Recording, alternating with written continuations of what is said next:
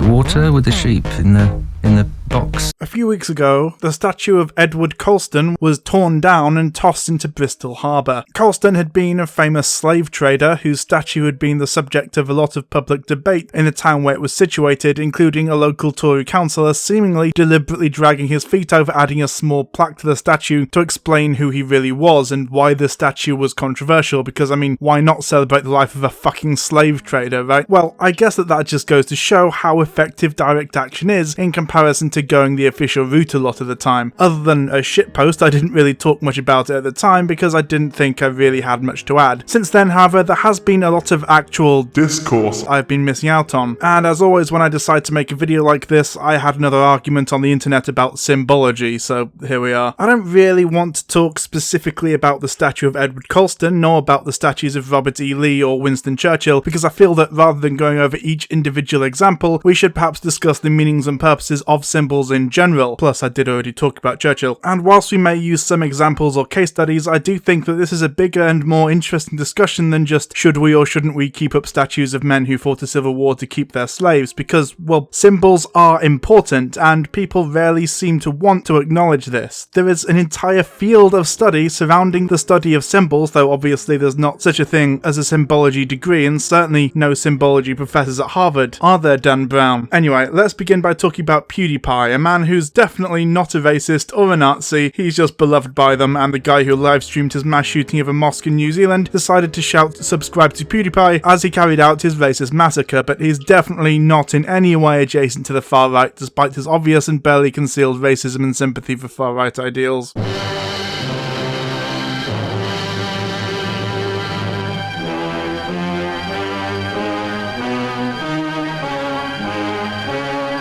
PewDiePie recently announced his refusal to make a donation to a Jewish charity whilst wearing a top that looks like it had an iron cross on it. I've come across a lot of people online trying to argue that actually it's technically not an iron cross, it just looks identical, apart from some mild variation that most people wouldn't be able to notice, but just enough to give plausible deniability, so it can't be a nod to the far right, could it? I mean, really, what even is a dog whistle anyway? It's not like the Nazis fucking loved that he did it and absolutely interpreted it as a sign of support for or belief in their ideas. There is a contingent of history nerds who seem to specialise in German history from the early 20th century, I can't imagine why, who will try to argue that the Iron Cross has been in continuous use in Germany from the Prussian army of 1812 to the German Bundeswehr of today. It predates the Nazis and it's had a perfectly legitimate use outside of neo-Nazis thinking that they're being smart by not directly getting a swastika tattoo. The thing is, of course, that the meanings of symbols can change over time, especially when adopted by Nazis. After all, if it wouldn't matter if it were an iron cross because it predates the Nazis, I guess we can just start waving swastikas around because it was originally a Hindu symbol of good luck. Also, PewDiePie isn't in the German military and the use of the iron cross in the German military has been highly contested for years now. The response inevitably goes, but the swastika was stolen and given a new meaning by the Nazis, perverting its true meaning rather than being appropriated and used based on historical significance. To which I would say, do you think that the swastika was deliberately taken and used to represent something it wasn't intended to in order to spite the Hindu religion? Because it wasn't. There was a history of its usage in German nationalist movements pre-1933, in fact it was already in use in 1907 by far right-wing nationalist groups. Symbols are changed by what they represent. The Confederate flag was meant to represent freedom and rebellion, but is rightly associated with slavery. Likewise, the swastika has a long history of being used in very specific contexts, and it was adopted to reflect the relationship between Indo-Aryan people and 20th century Germany, so any attempt to reclaim it will simply not work. Same with the Iron Cross. You can point out that technically it's a historical military symbol that predates its use in Nazi Germany, but that's not really the point. Flags and symbols don't have inherent meaning, they only have original intention, which is nebulous and easily overlooked, and societal understanding. A symbol can be co-opted from its original meaning, rendering the origins essentially pointless. As Stuart Lee once said, the swastika may be a Hindu good luck charm, but you'll need a lot of Hindu good luck if you're going to walk around Golders Green waving one. Likewise, in the UK, the English flag has come to be associated with extreme far-right groups, for the specific reason that they use it as a symbol to both signal to one another that they're sympathetic to their cause and also intimidate others who may be members of groups they dislike. Take the Confederate flag, or the flag of apartheid South Africa, for another example. They didn't start out as a deliberate example of oppression and violent, brutal racism, but that's what this flag came to represent, and as a result, nowadays it's still used by people like Dylan Roof to symbolise white nationalist pride. In all seriousness, outside of major sporting events like the World Cup or Six Nations, the only people I see flying the England flag are EDL types, and the reason for that is because they've been adopted and co-opted by them for decades at this point. There is a reason they're called the English Defence League, because honestly,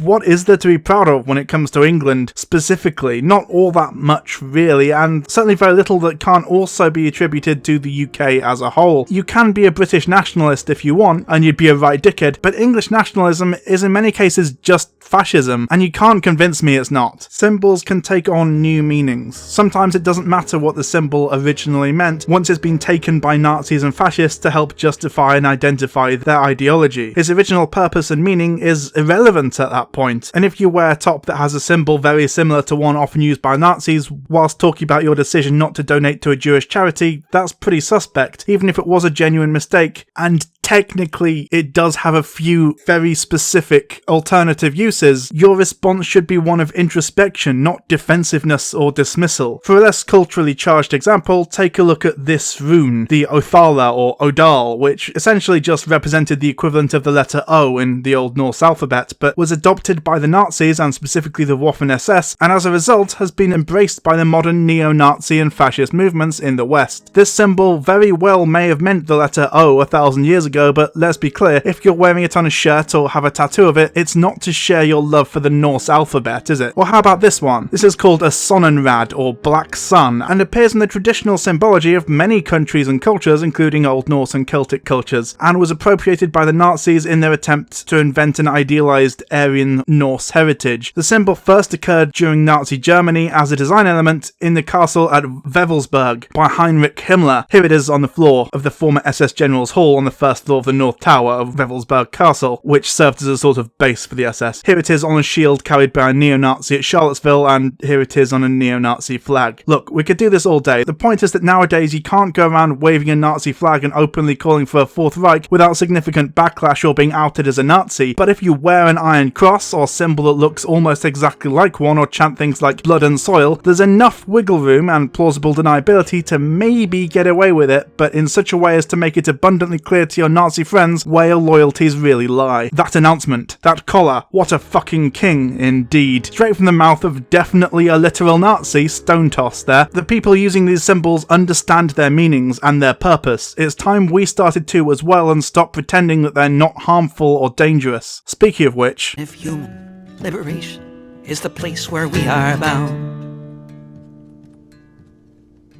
then first we pull these statues to the ground.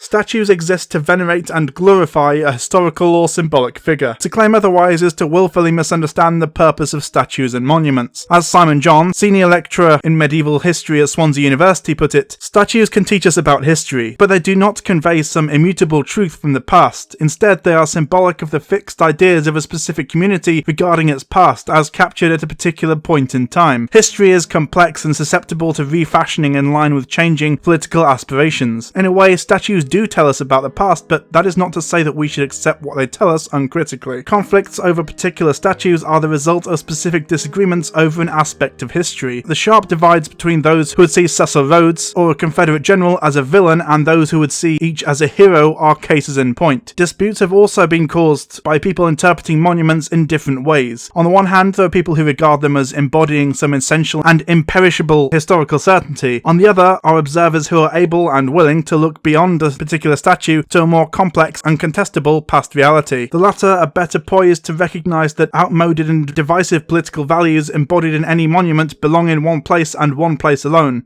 the past. To have a statue erected of you is a great honour. Statues are, more often than not, depicted as grand, majestic figures, usually set on a plinth or above the crowd or passers-by, in a position of authority and power, often riding a horse, and usually in an extremely flattering manner. A lot of time, effort, money and skill goes into creating a statue, not to mention the preparation and logistics involved with moving a heavy and relatively brittle lump of carved rock from the space where it was carved to where it's intended to be displayed, until people get sick of of it and tear it down in incredibly satisfying ways. Yeah, get fucked, Columbus. That is such a satisfying moment, holy shit. Come on now, surely no one can look at this statue of Robert E. Lee standing proud on horseback, towering, or some might say looming, over people walking by, strategically placed in the middle of a public space, and say that it's not there to glorify or venerate, or that it's in some way a condemnation or grim reminder of a brutal and regrettable history that should never be returned to, whilst not explicitly admitting that the man himself was a monster, that kids should be taught about his monstrous acts in schools, banning of Confederate flags, and openly admitting that not only was the Civil War about slavery, but that the legacy of slavery still continues to this day and harms black communities in very tangible ways, like, for example, with disproportionate police brutality and poor treatment within the US penal system. But, strangely, the people who so passionately defend the sanctity of these statues as symbols of history, both good and bad, don't seem to be the same people who support, for example, Black Lives Matter protests or measures to help mitigate the legacy of slavery and racial oppression. Weird that. People don't learn history by standing next to a lump of rock carved to look like a dude who really liked slavery. They learn it from books, schools, libraries, and museums. All things that conservative and right-wing governments regularly, almost without fail, undermine, cut the budgets of, and happily claim that if a museum or library can't survive financially without government handouts, then it should be allowed to fail. I would learn much more about pencils, for example, by going to the Derwent Pencil Museum, which is a real place, than I would simply by using a pencil or standing beside a giant mountain of pencils. If this statue is supposed to represent a reflection and reminder of past atrocities or remind the American people of their greatest adversaries, where are all the proud, magnificent statues of Adolf Hitler, Stalin, or Emperor Hirohito standing atop a horse above all the people passing by? Why then is this somehow acceptable, given that Pearl Harbor, World War II, and the Cold War were all parts of American history whose villains we shouldn't forget in the same way as the Civil War was? How strange. Speaking of Hitler, there are occasionally comparisons to the remains of Auschwitz and its status and the way it still stands as a stark reminder of the atrocities of the Holocaust. The difference, of course, is that Auschwitz still exists for the express purpose of teaching history and does more than just silently exist. It's a museum of sorts, and it deliberately confronts you with its meaning and its message. By walking around what used to be a mechanism of death, by being confronted by the images of all the shoes of people who were exterminated, for example, you begin to really understand the monstrousness of the Holocaust in a way that a history book just can't fully convey. A statue cannot do that, but you know what could? Rather than a statue venerating those who fought to maintain slavery, how about the US takes inspiration from that example and sets up a few museums in old plantations, make them as close to the original as possible, and really hammer home the brutality and injustice of slavery in an honest, uncompromising way? Or how about instead of a statue of Christopher Columbus, you open a museum on the site of one of the many massacres of the Native American people by the settlers or the re-education schools Native children were sent to in order to eradicate any semblance of their culture. Oh, and how convenient. Some of those plantations still exist, but rather than being used for anything approaching history education or demonstrating to people the atrocities that were carried out by people of the past, and crucially how the legacy of those atrocities still continue to this day, they're mostly owned by rich people, often the ancestors of the original slave owners, and are regularly used as the backdrop and location for extravagant weddings for the rich and powerful. Almost as if the people in power don't actually give a shit about history education. That's weird, because they care a lot about statues. Statues do not teach history. They exist to celebrate and venerate their subjects. There are so many much better ways to teach the darker or less wholesome parts of a nation's history, and if you don't do those things, or actively work against having to do them by, for example, cutting funding from museums and libraries, then sorry, but you don't get to claim to give a shit about teaching history. These monuments were erected to harm and intimidate people of colour throughout history for no other reason than control, and I guess maybe just spite. The biggest and most obvious example of this, of course, being Mount Rushmore rocks. Mount Rushmore rocks. Mount Rushmore. Mount Rushmore. Mount Rushmore rocks. So the guy who created Mount Rushmore was a white supremacist.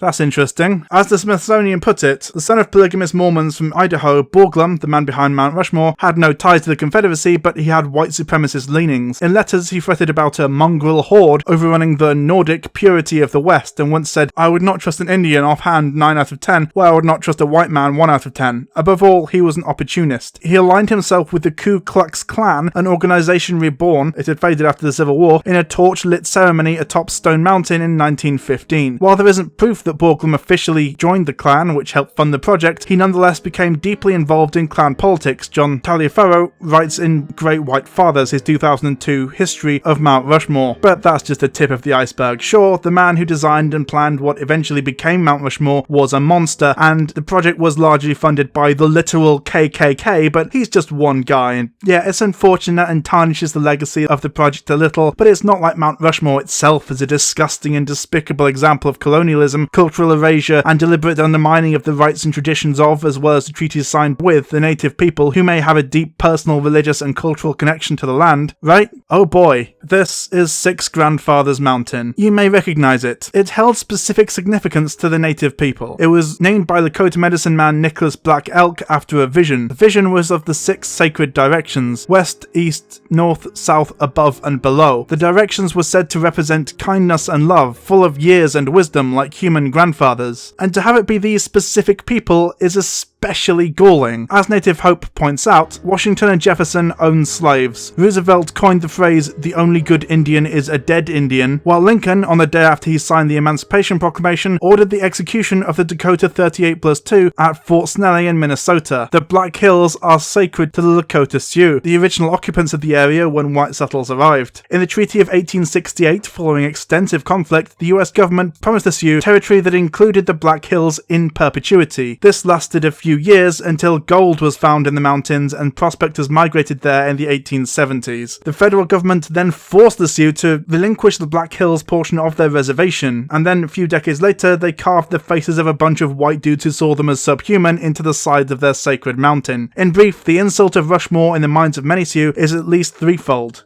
1. It was built upon land that the government took from them, twice. 2. The Black Hills in particular are considered sacred ground. And 3. The monument celebrates the European settlers who killed so many Native Americans and appropriated their land. So you know what? Fuck Mount Rushmore. All it is a monument to the arrogance, colonial superiority, and above all disrespect of the white settlers and their dismissive feelings towards the native people. Shave these motherfuckers' faces off it for all I care, relinquish the land that was promised back to the native people, and stop venerating people who owned slaves and or raped 14-year-old girls under implied threat of brutal force. And maybe, when someone points this out to you, rather than getting all upset or defensive over criticism of your problematic daddy figures, actually take a step back and really think about it. Consider that maybe keeping and celebrating these monuments isn't such a great idea, or even at all necessary really, other than for promoting a continuation of a nationalist supremacist ideology, and keeping them in their current form is not only harmful to the communities they destroyed, but also your own culture and community. What does it say about us that we celebrate and quite literally idolize the kind of monstrous people whose crimes are not even difficult to find out about, whilst deliberately hiding information about them from and not teaching the truth of their actions to future generations?